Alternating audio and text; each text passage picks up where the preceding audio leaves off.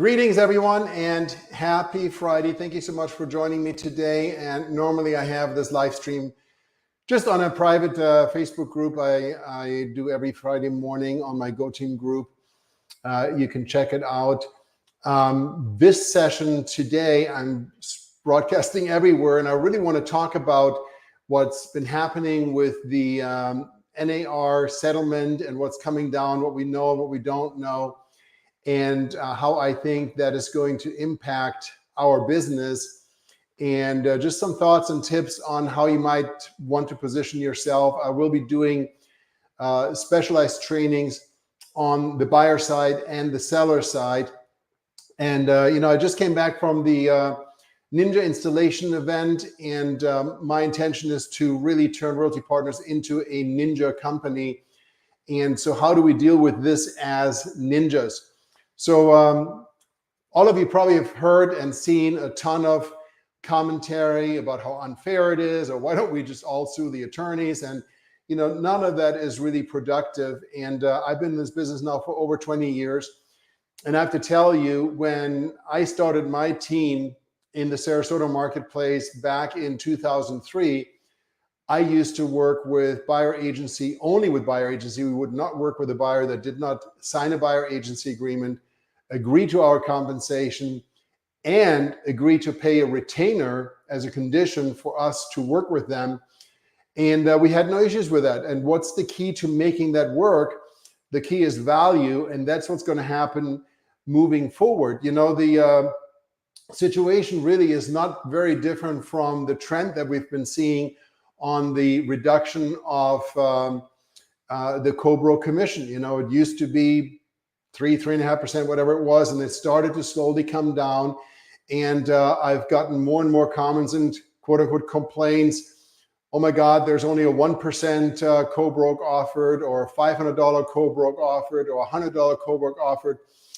And my response to this for the past literally 5 years has been that, it's not the listing agent's responsibility to determine your worth as a buyer agent or buyer broker. It's your responsibility, and you need to negotiate what you're worth and fix that in a exclusive buyer agency agreement. So you will get paid what you're worth no matter what is being offered on the MLS, and whether it's 3%, 2%, 1%, or 0%, it makes no difference, because again, you need to decide what you're worth. And so this is all coming to a head now. It's happening much, much faster than anyone has anticipated.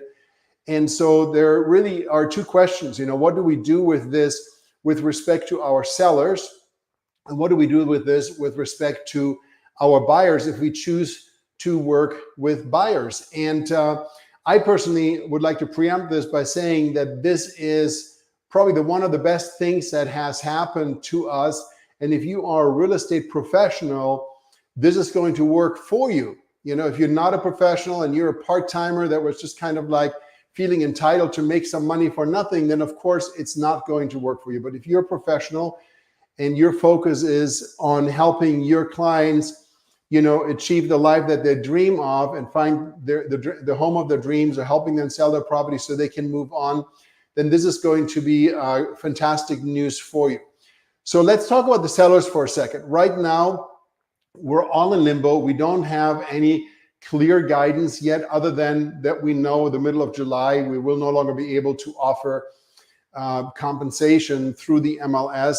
And I presume the listing agreements are going to change, where there will no longer be any kind of discussion or offer of compensation for a co-broking agent. So that's going away.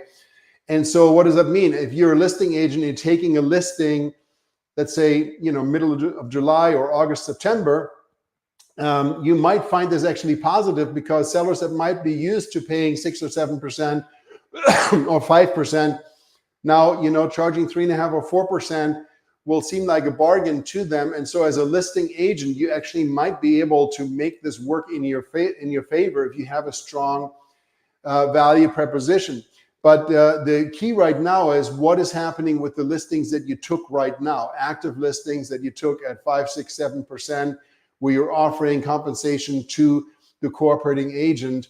And the key here is communication. You need to be proactively reaching out to your seller and just let them know what's going to happen. There are going to be changes in the industry and changes in the policy. And the main change for you, Mr. Seller, is that we will no longer be able to offer compensation to the buyer broker. So in the past, we took a listing for 7% and we offered 3.5% to the buyer broker.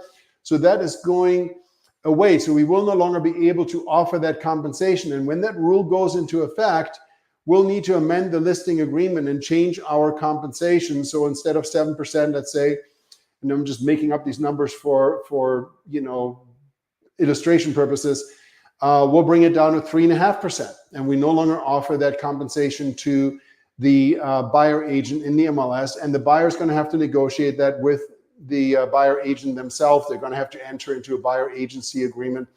And it's very likely that a buyer may still come and ask for a seller concession. So it's very, very likely, Mr. Seller, that the buyer and buyer agent, when they write their offer, are going to ask for, let's say, a 3 or 4% seller contribution towards buyer's closing costs and expenses, which is going to cover some or all of that buyer agent, buyer broker fee that is being charged. So the net is going to be pretty much the same. And this is really the truth. Let's say you have a $500,000 listing at quote unquote 6%. So that would be $30,000, $15,000 split each way. Well, the seller is not going to have a windfall all of a sudden and, okay, let's cut your commission down to $15,000. So you're going to net $15,000 more. The buyer that previously was paying that $500,000 to include all of the expenses, including the commission for the listing agent and the buyer agent, to be honest, if the buyer is going to have to pay $15,000 to their agent out of pocket, then guess what? They're not going to offer $500 for this house. They're going to offer $485. So looking at a cash transaction, it's going to be the same thing. It's a zero-sum game. It's just shuffling around the cards, so to speak. But we need to explain that to the sellers and need to explain to them what to expect. So obviously you as a seller moving forward are not obligated in any way, shape, or form to pay for anything on the buyer side, just as you're not obligated right now. But if the buyer can work these things in the purchase price and get it financed through their financing, provided that it appraises, then the seller really doesn't care. The seller is concerned about their net to them at the closing table, whether the property is $500,000 and they contribute $10,000 or $15,000 to the buyer, or the property sells for $485,000 and they contribute nothing. It's the same thing. It's a zero-sum game. It's just a matter of explaining that. So again, getting to your current sellers, you need to be proactive. You need to have a conversation with them because you are a real estate professional, and just let them know there's still a lot of uncertainty exactly how it's going to work, what kind of forms we're going to use, et cetera, et cetera. However, this is what's going to happen. And when it does happen, then we will adjust our commission, of course, accordingly if we're no longer able to pay directly to the listing broker. And I suggest you are just prepared to make a contribution, a seller concession, if the buyer asks for it in their offer, provided the numbers make sense for you, And that's exactly the same thing that we counsel sellers right now. The reality is when you put your property on the market, a few things can happen. Somebody might offer less than the asking price. Somebody might even offer more, or somebody might ask, pay full price and ask for some concessions. So we always need to zero in and focus down on, what's the net to the seller and how solid is the offer in terms of contingencies and so forth. And actually 5 areas of negotiation with respect to a contract that most agents aren't aware of. Now let's talk on the buyer side. So again, I've been preaching this for the last 5 years, that we need to have buyer agency in place. You as a buyer professional, as a buyer agent, you need to determine what you are worth and what you are going to be compensated in this transaction. And again, that's done through a buyer agency agreement. There's a buyer agency agreement that Farbar put out that you can use. Some companies have their own buyer agency agreements, but you need to have something in place. And here again, you need to have a conversation with the buyer. What I used to tell my buyers going back 20 years, literally, I would say, my fee is X. Let's say it's 3.5% plus $3.95.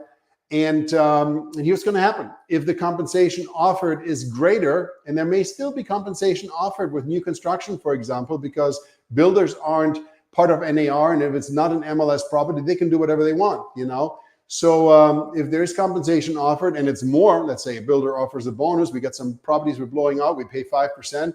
Guess what? You're going to get the difference. All I'm going to get is my 3.5% plus 395. Now, if for some reason compensation is offered is less, or there's no compensation offered as we have moving forward, then that is a fee that you're responsible for. However, as part of the negotiation, what I'm going to do is I'm going to try and get the seller to cover that, so we can have it in essence baked into the purchase price, so you don't have to come up with that extra cash down to close. And 99.9% of the time, buyers are not going to have any issue with that. Remember, buyers are not buying homes every other year. It's been a long time since they purchased something, number one. Number two, you need to build value. So obviously you need to have a buyer presentation. I'm going to do a training on that anyone can register for. So you need to have a buyer presentation, a process that you go through to create value for the buyer, to get the buyer to literally want to work with you. You want a buyer to be dying to work with you. You want to be able to say, you know what, Mr. Buyer, the great news is that I actually have an opening. I'm able to work with you. I can only work with, 2 or 3 buyers at a time, unlike a listing agent that may be able to have 50 listings. It's not possible on the buyer side because it's a lot more time consuming. So I only work with 2, 3, maybe 4 buyers at most at the time, and I'll be happy to work with you. And what I need is your loyalty in return. And so we have a buyer agency agreement, which you can cancel at any time if you're not happy with my services, yada, yada, yada. And buyers are not going to have an issue with that. If somebody doesn't want to do it in the past, then you just let them go. But moving forward, keep in mind that as a realtor, you have to have a buyer agency agreement in place to move forward. So it's no longer optional, okay?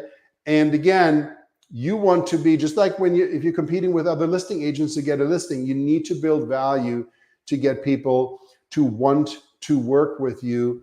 And so it's not going to be an issue at all. You just need to educate the buyer and let them know this is the reality. In the past, it used to be baked into the purchase price. You've always paid for everything, Mr. Buyer. You're the only one that's bringing cash to the table. So nothing has changed here. And so you're going to pay for it one way or the other. In this scenario now, however, we need to negotiate it as part of the sale and purchase agreement, as opposed to having it offered in the MLS listing. So I don't want you to get too freaked out and scared. And again, this news just came out literally a week ago, and there's so much information, so much misinformation out there. Don't get wound up in all of the nonsense. Be careful, be mindful of companies, people, coaches wanting to sell you something and using this as an opportunity. You need to have this if you're going to succeed or if you're going to survive. That's a bunch of hogwash, honestly. If you are a professional and you're committed to your craft and you're committed to creating value for your clients, there is a ton of training out there that is available free of charge. And again, as you know, I'm doing a training video of some sort every single day on my social media channels. And I will be hosting some longer interactive Zoom meeting style trainings that are going to deal both with the listing side, the selling side, from the Ninja's perspective, using the Ninja selling system. By the way, if you don't have that book yet, pick it up and read it. And if you have more questions about it, feel free to ask me. And then also on the buyer side, how do we approach that as a ninja on the buy side? And it's not about having some crazy hard sell or some secret, force something down their throat type of technique, which is absolutely the opposite of being a ninja. But it's really about, caring about your clients, caring about their outcome, and creating value and positioning yourself as the valuable advisor that's going to help them achieve their dreams. And if you do that, then you're not going to have any issues at all. So I really am grateful, first of all, that you tuned in here. And I know most of you that left messages, I can't see them. Someone on Facebook says, hi, bud back. This is an exciting time. I can tell you right now, there will be many agents leaving the business because they had no business being in the business. Last year, almost half, 49% of realtors did one transaction or zero transaction, which is crazy. But if you are a real estate professional that is productive right now, or you're committed and you're coachable and you want to build a solid business, there's never been a better time than right now. And these changes that happened, it's all a matter of perspective. You can look at it from, oh my God, they're taking something away, or oh my God, they're screwing up my model, or oh my God, they're trying to put me out of business. That is not so. I just want to leave you with one final thought. On the listing side, I always used to, not always, but I would say 95% of the time, I used to charge, a very high percentage, 7% plus some fees. And that was 20 years ago, by the way. And many of our agents are still doing it. But there have been discount brokers all along. The 6% commission debate. If you Google 60 minutes commission expose, there was a 60-minute expose done literally 21 years ago on this. So this is all old stuff. And there have been companies around. You can list for sale by owner. You can pay $200 to have your property put on the MLS through a flat fee, MLS only type of service. There are companies that charge a flat fee for full service. There are companies that charge reduced commissions. These discount models have been around all along. And on the buy side, without a doubt, there's going to be some innovation. There will be some companies that will offer a flat fee service or discounted service to buyers, and that's fine. It hasn't destroyed your ability to get a listing as a listing agent. The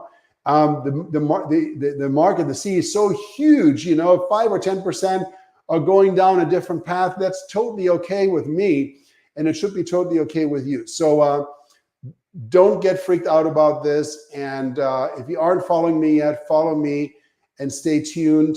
Probably about 2.5 weeks or so. Towards the end of April, we're going to launch a series of trainings that are going to deal with this. And if you're just tuning in at the end right now, watch the replay. And again, follow me, direct message me if you have any questions at all. If you need help, I'm here to help. My name is Thomas Hyman.